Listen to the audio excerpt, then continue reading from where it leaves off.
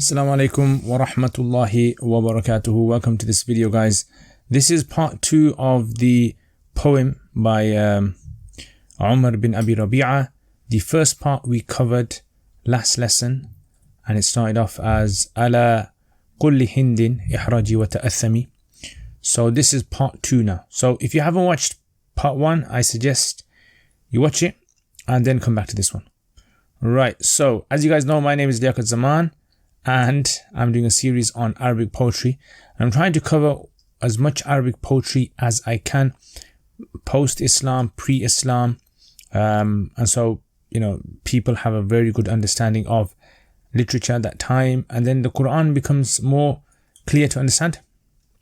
Anyway, so let's start with this then. So adri wa inni la udri, udri, adra yudri is from dhara.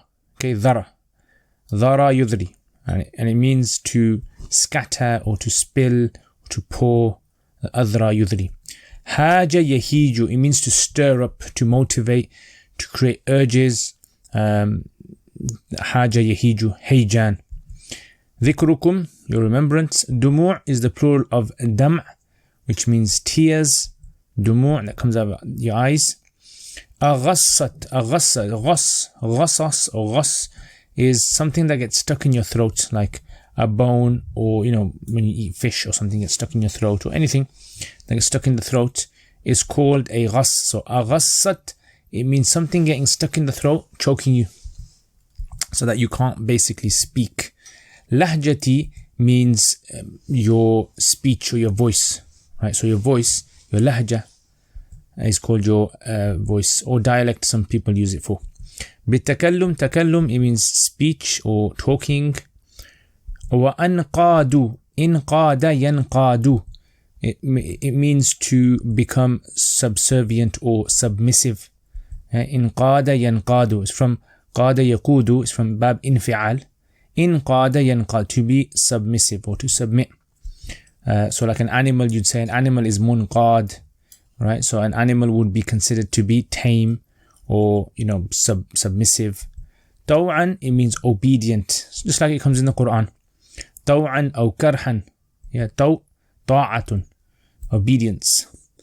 Ahluhu, sometimes it means family, and here it means deserving or qualifying for something.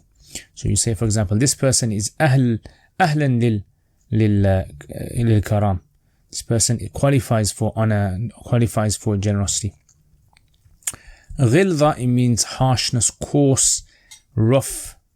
Ghilza. Just like in the Quran, Allah says, قَاتِلُوا الَّذِينَ يَلُونَكُمْ مِنَ الْكُفَّارِ وَلْيَجِدُوا فِيكُمْ غِلْظَةً. Fight those who are the enemies of Islam, who are basically, you know, contesting the Muslims, and let them see inside of you harshness. Let them see ghilza. So ghilza means like a roughness, when you're wearing clothes that are very rough and coarse. It's ghilza. Tajahum, we mentioned this last time, it means to frown, to make a face. Ulamu is from the word lawm, malama, which means to blame someone, to call someone, like, you know, criticize them. You say malama, they criticize. So for example, someone says to you, don't drive the car, and you drove the car and you crashed it, and then they do malama, meaning they blame you and say, look, it was your fault, you were told not to do this. And it comes in the Quran as well. Allah says about shaitan, and he says, La talumuni, don't blame me. La talumuni, lumu anfusakum, blame yourselves for all the kind of bad stuff you got up to. Ala hubbi, okay, hubbi done for. Sanantuhu, so here the word sanantu, previously we also mentioned it as well. Here it actually means to invent, to start up something, right? To pioneer something, to be like the founder of something. You know, so if there's a practice and you're the founder, you say sanantuhu, I made it a sunnah. So قد سُنَّ هذا الحب من قبل جرهم. Jurhum is the name of a famous Arab tribe, right? An ancient tribe. قالت أطعت الكاشحين. أطعت is from the word طوع, so that means obedience. أطاع يطيع. أطعنا الله وأطعنا الرسول. أطعنا الله وأطعنا الرسول. Yeah, أطيعوا الله وأطيعوا الرسول. Obey Allah and obey His Messenger. Kashihina, it actually means, like we mentioned before, it means enemies. Kashih, enemy. Maqala, it means a statement, something that yuqala, yaqulu, you say. Washin means from the word washi, which is like a design that spreads. And it actually refers to someone who spreads gossip. So someone who does eavesdropping, forwards messages, they call it washin. Kadhib, liar. Al-qawl yandamu, nadima, yandamu, which means to regret, to be upset about something that you've done that you wish you hadn't done it. وَصَرَّمْتَ صَرَّمَ صَرْمَ أَصْرَمَ يُسْرِمُ صَرَّمَ يُسَرِّمُ تَصْرِيم. It means to sever, to cut. Yeah, to cut. So saramta habla, it means the rope, and it refers to connection. Wood, it means love, a mutual love. Wuddika alladhi haba yahbu. Haba yahbu, it means to give someone something. Habwa. Bimahad, mahad means pure. Wood, again, we've done that. Tafahum, it means to think about something and understand it. Like a kind of active sort of thinking that you do. Right, where you're thinking about something, understanding as well. فَقُلْتُ إِسْمَعِي يَا هِنْد. Right, so we done hind. تَفَهُمِي مَقَالَةَ مَحْزُون. Mahzun means someone who's upset, they're sad, they're huzn, hazeen.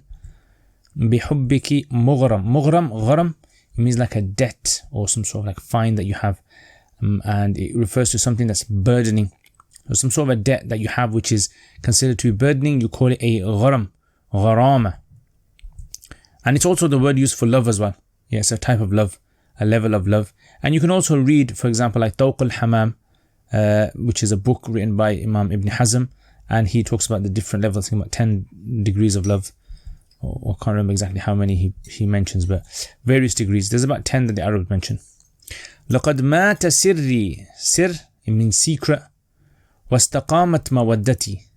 Yeah, mawadda means love. Istiqama, it means has become upright, has become stable. وَلَمْ يَنْشَرِحْ. إِنْ شَرَحَ يَنْشَرِحُ. أَلَمْ نَشْرَحْ لَكَ صَدْرَكَ. To become vast or to become open and clear. Inshirah. Yeah, so insharaha means when someone can kind of like understand. So you say insharaha qawli, and there's a famous dua of Musa alayhi salam, Rabbi shrah li sadri. Yeah, oh Allah, open my chest, make my chest expanse. Habbati is short for like my beloved. Habibati. Habbati is like a short way of saying it, like a kind of contracted sentence. Like we say things like in English, wouldn't, shouldn't, would not, should not. Fami, mouth, my mouth. فَإِن تَقْتُلِي, we've done that before, killing. Dhamb is a crime or a sin. Yeah, a dhamb is a sin or a crime, offense. Madhloom, dhulm, means an oppressed one, madhloom, one who is oppressed, treated wrongly. Mashuq, shawq, it's from the word shawq, to want something, to yearn for something, to be excited about something as well even. Mutayyam is someone who is passionately in love, right? So mutayyam person. Hani'an, hani, it means like when you say congratulations to someone, you're congratulating them. Hani'an lakum qatli wa safu. Saf means pure, clear, mawaddati, love. Sita, sata, yasutu, sit, it means to become merged or mixed or assimilated. Laham is flesh. Hawaki, we've done this before, love, your love. And dami, blood. Okay, so have a go at this. Try to translate yourselves, I would suggest. And then what happens is, you when you compare it with the explanation, you're going to have a better understanding. Your mind's going to start actively trying to understand the sentences. Rather, if you just listen to everything the teacher says, you're not really going to be improving much. And this is what I used to do when I was studying as well. Trying to understand it yourself, go into lesson, and then try to fill in the gaps or the mistakes that you made. So let me just read this poem then. وَإِنِّي لَأُذْرِي كُلَّمَا هَاجَ ذِكْرُكُمْ دُمُوعًا أَغَصَّتْ لَهْجَتِي بِالتَّكَلُّمِ وَأَنْقَادُ تَوْعًا لِلَّذِي أَنْتِ أَهْلُهُ على غلظة منكم لنا وتجهمي ألام على حبي كأني سننته وقد سن هذا الحب من قبل جرهمي وقالت أطعت الكاشحين ومن يطع مقالة واش كاذب القول يندمي وسرمت حبل الود من ودك الذي حباك بمحض الود قبل التفهم. فقلت اسمعي يا حند ثم تفهمي مقالة محزون بحبك مغرم. لقد مات سري واستقامت مودتي ولم ينشرح بالقول يا حبتي فمي. فإن تقتلي في غير ذنب أقل لكم مقالة مظلوم مشوق متيم. هنيئا لكم قتلي وصف مودتي فقد سيط من لحمي هواك ومن دمي. Okay, so let's have a go at trying to understand this now. So وإني لأذري كلما هاج ذكركم. So basically what he's saying is that every time you are remembered, every time I remember you, I think about you, it stirs inside of me very strong emotions. And then that causes tears to flow down my cheeks. دموعا. And I cry so much, I become so emotional that like it's as though something is stuck in my throat. I can't speak anymore. Right, so وإني لأذري, indeed I scatter دموع كلما هاج ذكركم, every time your remembrance stirs me up. أغصت, such tears that أغصت لهجتي بالتكلم. It stops my voice from being able to speak. I'm unable to speak anymore. So just like when a person is so upset that when they try to speak, they can't speak, the words are not coming out properly.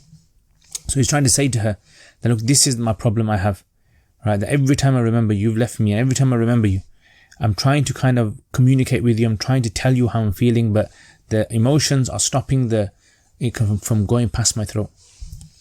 So it's very kind of like powerful imagery he's creating here now. It kind of like a lot of people it can resonate with them, right? They're thinking to themselves, oh yeah, this is something that I feel as well. So he's kind of describing his emotions in a very vivid way. But as you can see, he's only mentioning certain like pieces, bits and pieces, and you're stitching those bits and pieces together to create a bigger image. Okay, so next. وَأَنْقَادُ تَوْعًا لِلَّذِي أَنْتِ أَهْلُهُ. And then he's saying that, okay, so we talked about the choking. And then he goes, I submit willfully in obedience لِلَّذِي أَنْتِ أَهْلُهُ, to that which you are ahl, meaning you are deserving. In other words, you deserve me to be there for you, to be submissive to you. Whatever you say to me, I will do, and you are deserving of this. Anti ahluhu, no one else, you.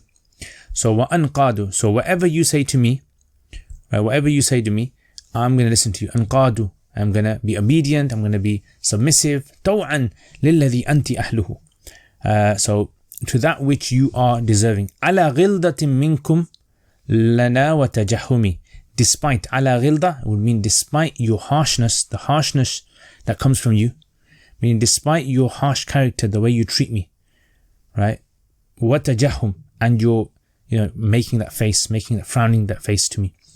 Despite all of that, I am still, look at me, I am still obedient to you. Isn't that something? وأنقاد طوعا للذي أنت أهله على غلظة منكم لنا وتجهمي ألام على حبي ألام على حبي. So then he says that, me being submissive to you, people look at me and people criticize me for this and say to me, you're wasting your time, she's not worth it, you're always trying to, like you say, suck up to her, and she's not even kind of treating you properly like a proper man. Ulamu ala hubbi, I am criticized for my love. And those people around me, they all criticize me. They say to me, you should do this, you deserve better, you shouldn't be, wasting your time with this woman. كأني سننته, as though I was the one. They're criticizing me as though I am the pioneer, the founder, the inventor of this love that I have in my heart. And the reality is, قد سن هذا الحب من قبل جرهم. Even before the tribe of Jurham stepped on the face of Mecca, the earth, it was even before that this love existed. So the tribe of Jurham is considered to be one of the earliest tribes in the Arabian Peninsula. In fact, Ismail alayhi salam, when Ibrahim alayhi salam brought his son Ismail and his wife to Mecca, the tribes that lived around that area where known as the tribe of Jurham. So this was like a very ancient tribe. So he's saying basically here that this concept of love, don't blame me for it. This concept of love existed way before Jurham. So it's a natural human sort of like instinct, you can say, a sort of emotion that a human displays. So it's not something which I've invented. It's actually even before Jurham. So he's mentioning Jurham because he's an Arab, and because it's going back to an Arab lineage, it's kind of invoking all those kind of Arab sort of reminiscing over the nostalgia of the Arab days. وَقَالَتْ أَطَعْتَ الْكَاشِحِينَ. Now then she responds now. So he said all of this to her, and now her turn now. What's her response? قَالَتْ أَطَعْتَ الْكَاشِحِينَ. You obeyed those people who are enemies. In other words, there seems to be something's happened. Some people have been criticizing this woman, Hind, and going to him and telling him that she's like this and she's like that and blah blah blah, right? So she's saying to him, "Ata'ta al-kashihin, you shouldn't have been listening to those people about me. Yeah, those rumors that have been spreading about me. You should have not been listening to them. You should have not paid any attention to them." And وَمَنْ يُطِعْ مَقَالَةَ وَاشٍ كَاذِبِ الْقَوْلِ يَنْدُمْ. And whoever obeys the statement of someone who is a liar, someone who spreads gossip to everyone, the end result is that that person themselves will regret it. Yeah, because in the end the truth comes out. So in other words, if you listen to those people who spread rumors about me, so sometimes something must have happened where he has heard about her or something negative. She's heard that he knows about this and he's listened to them. She's become very upset. She's broken ties with him. And then she said, look, now you're regretting it now. You're really upset now. But it's your fault. You shouldn't have listened to them. Okay. وَسَرَّمْتَ حَبْلَ الْوُدِّ. And between us was a rope. In other words, this is like the way you kind of metaphorically describe love. Like a rope between two people. Yeah. So the wood, the love, the mutual love, reciprocating love. This is described as being like a rope between two people, and the rope connects two people. It stops them from departing from each other or going too far. So you're the one that cut this rope. You're the one that severed. Sarramta. You cut this rope. Min wuddika alladhi habaka. From the love which gifted you pure love. In other words, wuddika alladhi habaka bimahdhil wud qabla tafahum. So this this kind of love that we had, you're the one that cut it off, and it was a pure love. We had pure love. It was like pure water that's been unadulterated, has nothing mixed with it. When you go to like a pool, very clear, very clean, right? And now you've actually adulterated it. You've affected it. You've tainted it. You've made it muddy, this pool of love that we have between us. قبل التفاهم, before you even thought about this. In other words, before you even thought about what you got into, you've destroyed all of this. Right, so this is her response to him now. That's your fault. End of story. I don't want anything to do with you. Blah, blah, blah. Then his response, فَقُلْتُ إِسْمَعِي. And I said to her, listen, Hind. Ya Hind. ثُمَّ تَفَهَمِي. And then try to think, try to understand. So first of all, listen to what I have to say, and then think. مَقَالَةَ مَحْزُونٍ. The statement of a sad person who is burdened with your love. In other words, it's as though he's using himself as a third person now. Right? So he's kind of separating himself. He's not saying me. He's not saying tafahami maqalati. He's not saying listen and pay attention to my statement. He's saying pay attention to the statement of a person who is so sad that love has burdened him, has overwhelmed him. Yeah. So by using a third person, you create this imagery, right? And this is something the Quran does as well. The Quran, Allah, He sometimes mentions Himself as the first person, and then sometimes Allah mentions Himself as the third person as well. Allahu yakhluqu ma yasha'u. Inna Allah ala kulli shayin qadir. Allah could have said, indeed, I am powerful over everything. I am the one who created this. And He does do that in some places, but sometimes He uses as a third person. This is an Arab technique. This is to create imagery in the mind as well. So He's saying to her that I am overwhelmed with your love. So He's trying to appeal to her empathy, right? To kind of sympathy, to make her sympathize with him. لَقَدْ مَاتَ سِرِّي وَاسْتَقَامَتْ مَوَدَّتِي. He says, my sir, there's seems to be some secret that occurred before this incident, which is not telling us.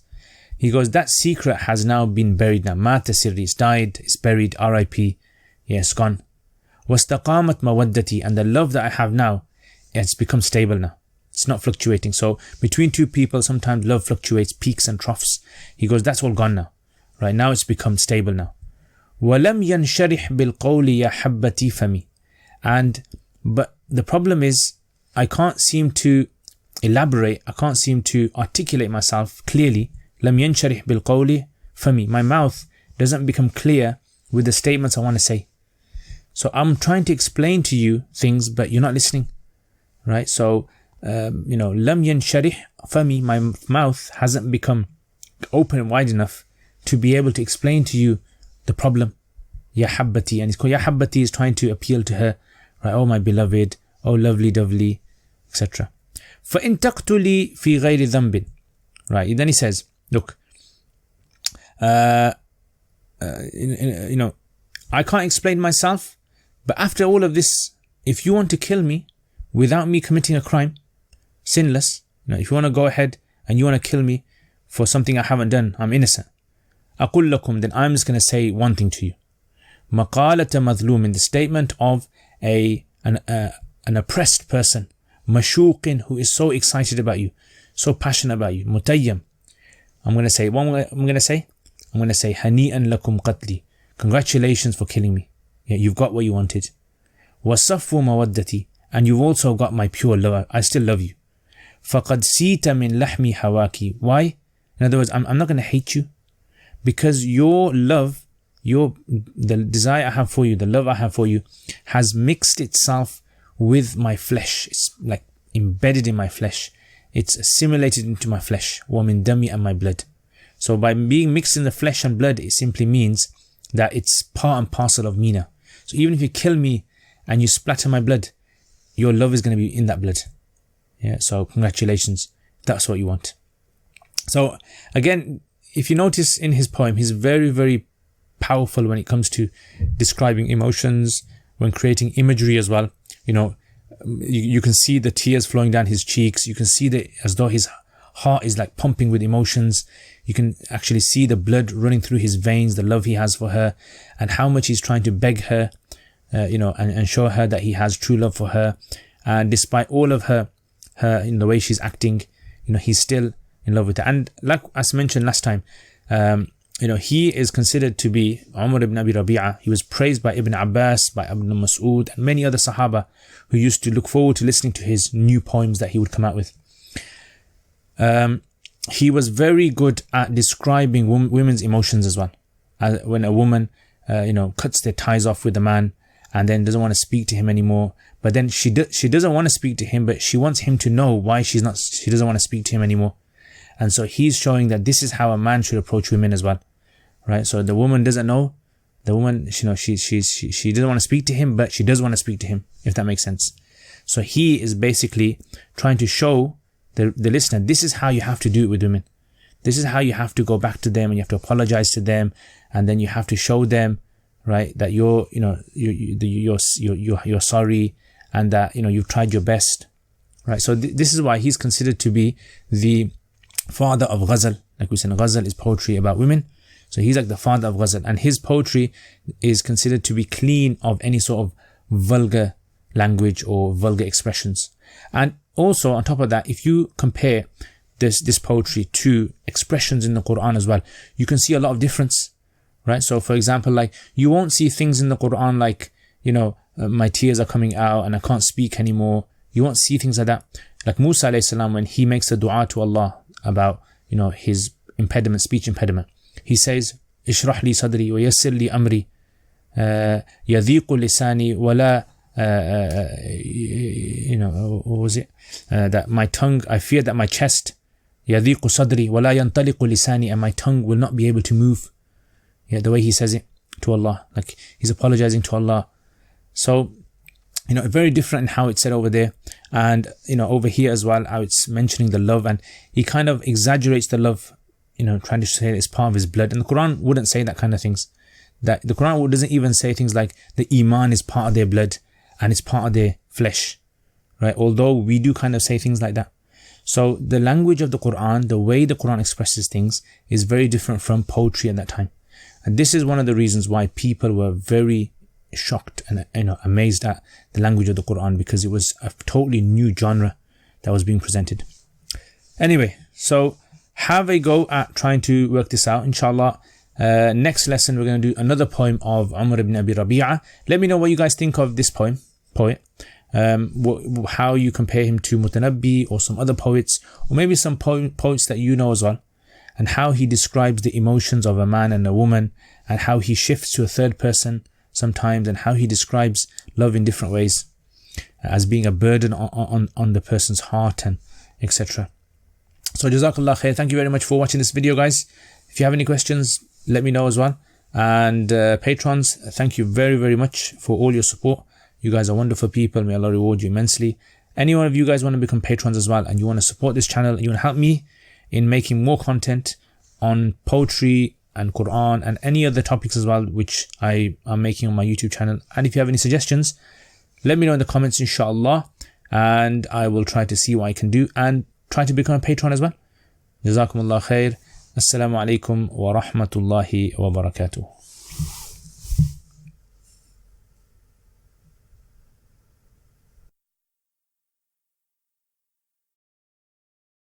Thank you very much, guys, for watching this video. And again, thank you to all my patrons as well for all your support. Jazakumullah khair. May Allah reward you immensely. If you guys want to become a patron, then links in the description below. Jazakumullah khair. Assalamu alaikum wa rahmatullahi wa barakatuh.